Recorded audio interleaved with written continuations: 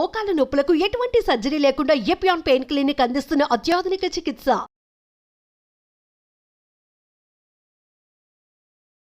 Hi Chetan గారు. Hello madam. మోకాలు నొప్పి వస్తుంటది కదండి, ఏజ్ తో సంబంధం లేకుండా వెయిట్ ఎక్కువ ఉన్నామంటే చాలు, లైక్ 15-16 ఇయర్స్ నుంచి కూడా స్టార్ట్ అవుతుంది. ఇందులో రకాలు కూడా ఉంటాయా? మోకాలు నొప్పులు అంటే జనరల్ గా అందరు ఏమనుకుంటారంటే ఆస్టియో ఆర్థరైటిస్ అని వింటారు చాలా మంది. అరే నాకు ఆర్థరైటిస్ అయింది, నాకు బొక్కల్లో ప్రాబ్లం ఉంది, మోకాల్లో నొప్పులు అవుతున్నాయి అనేసి అది అనుకుంటారు. కానీ మోకాలు నొప్పులు ఆర్థరైటిస్ అంటారు దాన్ని.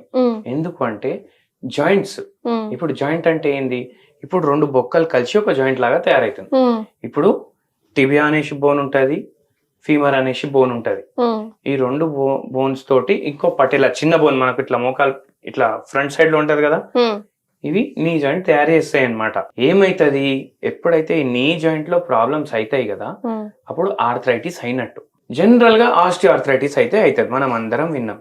కానీ ఇవి కాకుండా ఇంకా వేరే వేరే రకాల ఆర్థరైటిస్లు ఉంటాయి. For example rheumatoid arthritis, psoriatic arthritis, osteo arthritis అయితే జనరల్ గా. మళ్ళీ ఇంకోటి గౌట్ ఆర్థరైటిస్ అనేసి ఉంటది. ఒక్కొక్క ఆర్థరైటిస్ ఒక్కొక్క కారణం ఉంటది రావడానికి. ఇప్పుడు ఆస్టియో ఆర్థరైటిస్ మనకు పేషెంట్స్ లో జనరలీ మిడిల్ ఏజ్డ్ 40 ఏండ్లు 50 ఏండ్లు వాళ్ళల్లో కనిపిస్తుంది. కానీ ఇది 40 ఏళ్లలో ఉన్న మనిషికి కనిపిస్తుంది కదా, ఇది 40 ఏండ్లకు స్టార్ట్ కాదు, ఇది 25 ఏండ్లకే స్టార్ట్ అవుతుంది. దాని ఎఫెక్ట్ అంత మెల్లగా బయటికి దాని ఎఫెక్ట్ కనిపించడానికే 15 ఏండ్లు అవుతుంది. ఎందుకు, ఫిజికల్ యాక్టివిటీ మనం చేస్తలేము, మళ్ళీ దాని తర్వాత టైంకి పడుకుంటలేము, టైంకి లేస్తలేము, టైంకి తింటలేము, కరెక్ట్ ఆహారం తీసుకుంటలేము, ఏది పడితే అది తింటున్నాం బయట బండిల మీద. అది మళ్ళీ ఇప్పుడు కొత్త ట్రెండ్ స్టార్ట్ అయింది, అరే ఫుడ్ కోర్ట్ లో తిందాం, అక్కడ తిందాం, ఇక్కడ తిందాం అనేసి.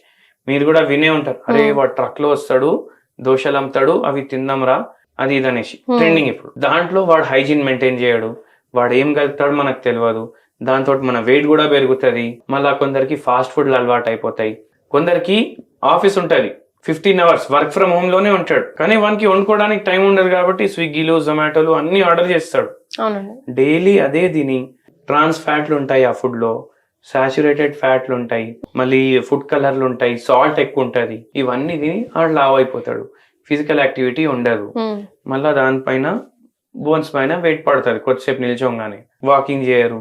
దాంట్లో ఏమవుతుంది, ఈ బొక్కలు ఖరాబ్ అవ్వడం స్టార్ట్ అవుతాయి. అయితే అట్లా ఆస్టియో ఆర్థరైటిస్ అవుతుంది. ఇది 25 years నుంచి డెవలప్ అవ్వడం స్టార్ట్ అవుతుంది, 40 years కి బయటికి కనిపిస్తుంది. కానీ ఇప్పుడు ఒకటి రుమటాయిడ్ ఆర్థరైటిస్ అనేసి ఉంటుంది. రుమటాయిడ్ ఆర్థరైటిస్ అంటే ఏంది, ఇది సడన్ గా కూడా డెవలప్ అవుతుంది. ఆర్ఏ ఫ్యాక్టర్ పాజిటివ్ వస్తుంది కొందరికి రిపోర్ట్స్ లో, కొందరికి ఆర్ఏ ఫ్యాక్టర్ పాజిటివ్ రాదు, మళ్ళీ వేరే పరీక్షలు ఉంటాయి దానికి. ఆ కేసెస్ లో కూడా రుమటాయిడ్ ఆర్థరైటిస్ ఉండొచ్చు. అంటే ఇది ఒక ఆటోఇమ్యూన్ ప్రాబ్లం.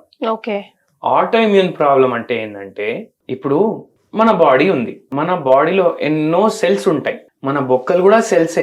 అయితే ఈ సెల్స్ ఉంటాయి కదా, ఈ సెల్స్ ని మన బాడీనే డ్యామేజ్ చేస్తుంది. మన బొక్కల్నే మన బాడీ డ్యామేజ్ చేస్తుందంటే అది ఆటోఇమ్యూన్ అయిపోతుంది. ఎందుకంటే సెల్ఫ్ కిల్లింగ్ చేస్తుంది కదా, మన బాడీని చంపుతుంది. సో దాన్ని ఆటోఇమ్యూన్ డిజీజ్ అంటారు. ఇప్పుడు రుమటాయిడ్ ఆర్థరైటిస్ ఏమో ఆటోఇమ్యూన్ డిజీజ్ కి ఎగ్జాంపుల్. ఇప్పుడు ఆస్టియో ఆర్థరైటిస్ లో మనం ఏం చూసినాం, 10 ఏండ్లు 15 ఏండ్లు పట్టింది అది బయటికి కనిపించడానికి. ఇక్కడ ఇది 1-2 months లో కూడా కనిపిస్తుంది. ఇప్పుడు దీనికి ఎగ్జాక్ట్ కాజ్ ఇప్పటి వరకు మెడికల్ సైన్స్ కి తెలియదు, దీని వల్లనే అవుతుంది అనేసి. కానీ ఏమంటారు, ఒక్కొక్కసారి పోస్ట్ స్ట్రెప్టోకాకల్ ఇన్ఫెక్షన్ కూడా అవుతుంది, అంటే బ్యాక్టీరియాది ఇన్ఫెక్షన్ అయింది, దాని వల్ల రుమటాయిడ్ ఆర్థరైటిస్ స్టార్ట్ అయింది అనేసి కూడా అంటారు. కొందరు స్ట్రెస్ అంటారు. ఇప్పుడు ఒక పేషెంట్ కి రుమటాయిడ్ ఆర్థరైటిస్ వచ్చింది మేడం, మన దగ్గరికి వచ్చిండ్రు ట్రీట్మెంట్ కి. ఆ పేషెంట్ కి 20 years నుంచి రుమటాయిడ్ ఆర్థరైటిస్ ఉంది.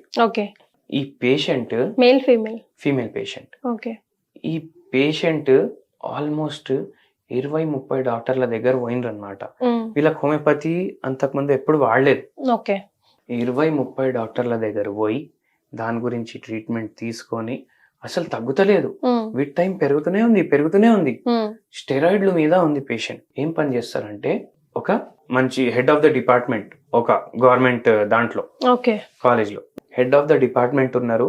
మళ్ళా ఇప్పుడు ఒక 3-4 ఏళ్ళు అయితే మళ్ళీ ప్రిన్సిపల్ కూడా అవుతారు. కానీ ప్రాబ్లం ఏముంది అంటే, హస్బెండ్ వైఫ్ లో ప్రాబ్లం ఉండే. ఏంది ప్రాబ్లం, మొత్తం రెస్పాన్సిబిలిటీ వైఫ్ పైననే. హస్బెండ్ ఏం పని చేస్తలేడు, హస్బెండ్ కొంచెం కూడా సహకరిస్తలేడు. మళ్ళీ డైలీ తాగడం, ఈ పేషెంట్ ని కొట్టడం. ఓ సో ఎటువంటి సపోర్ట్ లేదు హస్బెండ్ సైడ్ నుంచి. పిల్లలు ఉన్నారు, పిల్లల సైడ్ నుంచి జర సపోర్ట్ ఉంది, అదే ఆమెకు సుఖం అన్నమాట. ఓకే. అయితే దీంట్లో ఇదే అయి సడన్ గా స్ట్రెస్ బేర్ చేయలేక ఆ పేషెంట్ కి రుమటైడ్ ఆర్థరైటిస్ వచ్చింది. ఆల్మోస్ట్ 15-20 years సఫర్ అయిన తర్వాత మన అడ్రస్ ఇచ్చిండ్రు ఎవరు. మన దగ్గర వచ్చినప్పుడు ఒక 3-4 మెట్లు ఎక్కాలి మన క్లినిక్ కి రావాలంటే. ఆ 3-4 మెట్లు కూడా ఎక్కడానికి రాలేదు.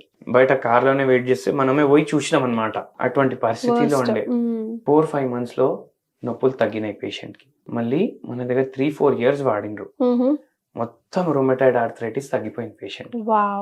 అయితే ఈ పేషెంట్ కి మనం హోమియోపతి మెడిసిన్స్ అయితే చెప్పినాము, దాంతో పాటు ఒక హోమ్ రెమెడీ కూడా చెప్పినాము. ఆ హోమ్ రెమెడీ ఏంటంటే, ఇన్ జనరల్ గా అసలు మొత్తం బోన్స్ అన్ని స్ట్రాంగ్ అవ్వడానికి యూజ్ అయ్యేలా చెప్పండి. యూజ్ అయ్యేలాగా చెప్తాము. కొంచెం నెయ్యి తీసుకోవాలి, ఆవు నెయ్యి, A2 నెయ్యి తీసుకోవాలి. ఇప్పుడు A2 నెయ్యి అంటే ఏంది, ఇప్పుడు మన దేశీ ఆవులు ఉంటాయి కదా, దాంతో అవి పాలిస్తాయి కదా, ఆ పాలతో ప్రిపేర్ చేసిన నెయ్యి A2 నెయ్యి. సో A2 నెయ్యి తీసుకోవాలి, ఒక 2 చెంచాలు. మళ్ళీ దాంట్లో మీరు పుట్నాల పొడి వేయండి. ఇది కలుపుకోండి. ఇది డైలీ మీరు తీసుకోండి, అంతే. ఇప్పుడు మీరు దాన్ని రైస్ తోటి కలిపి తీసుకుంటారా మీ ఇష్టం. ఒక 2 బుక్కలు రైస్ తీసుకోండి, దాంట్లో పుట్నాల పొడి, నెయ్యి, ఇవి 2 వేసుకొని తీసుకోండి. దీంతో ఏమవుతుందంటే మన జాయింట్స్ లో మొబిలిటీలో ప్రాబ్లం అవుతుంది కదా, అది కొంచెం మొబిలిటీని పెంచుతుంది. మళ్ళీ ఏదైతే పుట్నాల పొడి ఉంటారు కదా, ఇది అసలు పుట్నాల పొడిలో కూడా ఇన్ని ప్రాపర్టీలు ఉంటాయనేసి తెలియదు చాలా మంది. ఎగ్జాక్ట్లీ. ఇది high content of proteins and దీంట్లో మైక్రో న్యూట్రియంట్స్ కూడా చాలా ఉంటాయి. నేనైతే 2 బుక్కలు అన్నాను, మీకు ఇష్టం వచ్చిందంటే మీరు ఎక్కువ కూడా తీసుకోవచ్చు. సో ఇవి యాంటీ ఇన్ఫ్లమేటరీ ప్రాపర్టీలు కూడా ఉంటాయి దీంట్లో. సో అది కూడా కొంచెం హెల్ప్ చేస్తుంది అనమాట. పూర్తిగా తగ్గుతుందని అంటలే మనం, కానీ మన బోన్స్ కి, ఇన్ఫ్లమేషన్ కి, ఏదైతే అవుతుంది ఇన్ఫ్లమేషన్, ఇవన్నిటికీ జర బెటర్ చేస్తుంది అనమాట. మన లైఫ్ కొంచెం ఈజీగా చేయడానికి హెల్ప్ చేస్తుంది. ఆవు నెయ్యిలో లేని మెడిసినల్ ప్రాపర్టీ ఉండదు, మన అందరికీ తెలుసు. సో అందుకే ఇవి 2 కలిపేసి మీరు కన్జ్యూమ్ చేయండి. మీరే చెప్పండి ఒక 15-20 రోజులు వాడేసి ఎట్లుంటది అనేసి. కానీ ఒకటి మైండ్ లో పెట్టుకోండి, A2 నెయ్యినే తీసుకోవాలి మనం, ఎందుకంటే దేశీ కౌ నెయ్యి వేరే ఉంటది. అండ్ అట్లా చాలా మందికి ఆర్థరైటిస్ దాంట్లో ప్రాబ్లమ్స్, చాలా మందికి బెనిఫిట్ అయింది ఆవు నెయ్యి పుట్నాల పొడితోటి. సింపుల్ గా మీరు ఇది నరాల బలహీనత ఉంటాయి కూడా హెల్ప్ చేస్తుంది. అట్లా డన్. సో విన్నారు కదా చేతన్ గారు చెప్పింది, ట్రై చేయండి, ఎలా అనిపించిందో కమెంట్ చేయండి. Thank you so much Chetan garu. Thank you madam.